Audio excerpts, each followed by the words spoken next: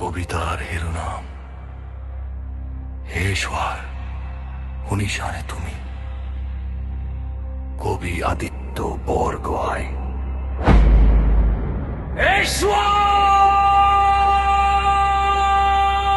শুনিছানে তুমি?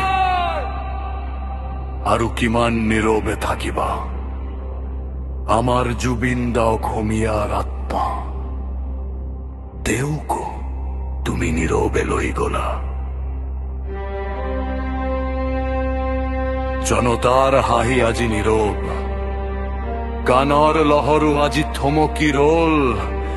আকাশৰ বুকুত জ্বলিছে মাথো প্ৰশ্ন অগ্নি ন্যায়িকত। তুমি কিয় আজি নীৰৱ হে স্বৰ্গৰ ন্যায়াধীশ?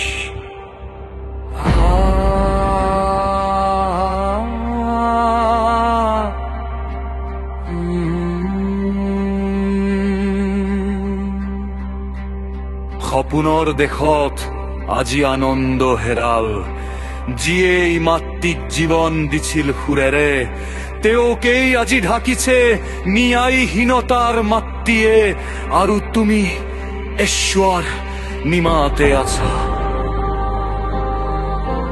হয়তো তুমি বতাহত লুকাই শুনা, হয়তো তুমি জোনাকত চকুলো টুকিছা, কিন্তু জনতাৰ বুকু জ্বলিছে অগণিত। জুবিন দাৰ ন্যায় আশাত তেওঁৰ সমাধি হৈ পৰিছে প্ৰতিটো নিশা প্ৰাৰ্থনাৰ মঞ্চ।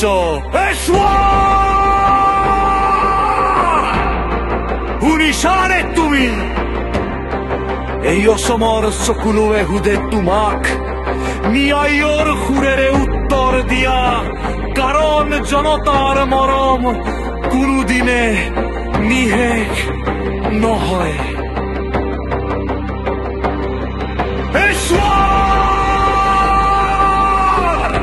ন্যায়ৰ নামত তোমাৰ ভয় উঠিছে নে? স্বৰ্গৰ নীতিয়ে আমাৰ কান্দোন নুশুনে নে? স্বৰ্গৰ বিধি মানৱ বেদনাৰ পৰা পৃথক?